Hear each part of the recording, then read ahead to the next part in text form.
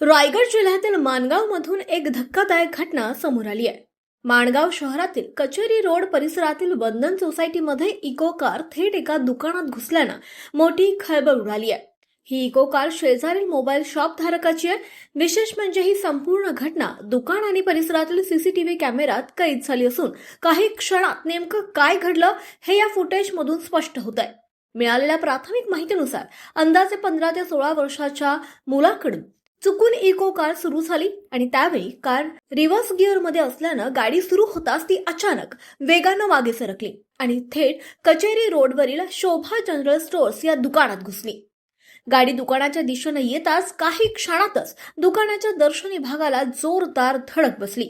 Eco car थेट दुकानात घुसल्यानं दुकानातील सामानाची मोठ्या प्रमाणात नासधूस झाली आहे। या अपघातामध्ये दुकानातील फ्रीजसह अनेक वस्तूंचं मोठं नुकसान झालंय। मात्र या संपूर्ण घटनेत सर्वात महत्त्वाची आणि दिलासादायक बाब म्हणजे सुदैवानं कोणतीही जीवितहानी झाली नाही।